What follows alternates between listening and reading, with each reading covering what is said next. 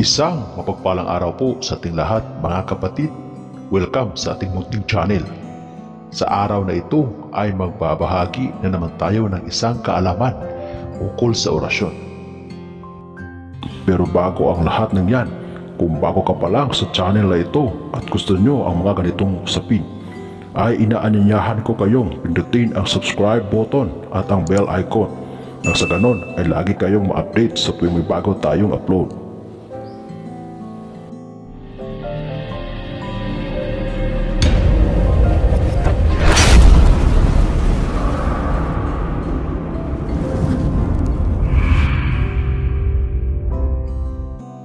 Lahat tayo ay naghahangad ng mahabang buhay at mataas na edad.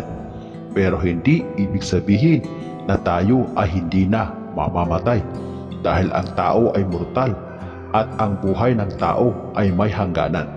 Sa video na ito ay aking ibabahagi ang orasyon pangsubo upang humaba ang ating buhay.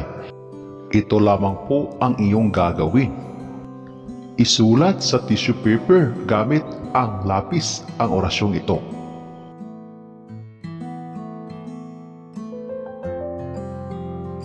Pagkatapos mong maisulat ang orasyon, ay magdasal ng isang Ama Namin, isa ba Ginoong Maria at 3 sumasampalataya at bigkasin ng 3 beses ang orasyong nasa tissue paper.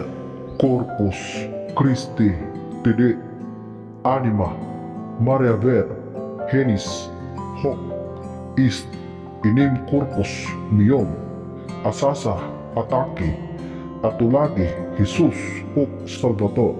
Pagkatapos mong masambit o mabigkas ang orasyon na nasa tissue, ay bigkasin din ito ng 3 beses. Vitaris, Behold, Boop, at saka iihip sa tissue na may orasyong nakasulat at lunukin. Gawin yan sa araw ng Biyernes at Martes kahit anong oras. Yan po ang ating kaparaanan nang sa gayon ay madagdagan o humaba man lang ang ating edad o ang ating buhay.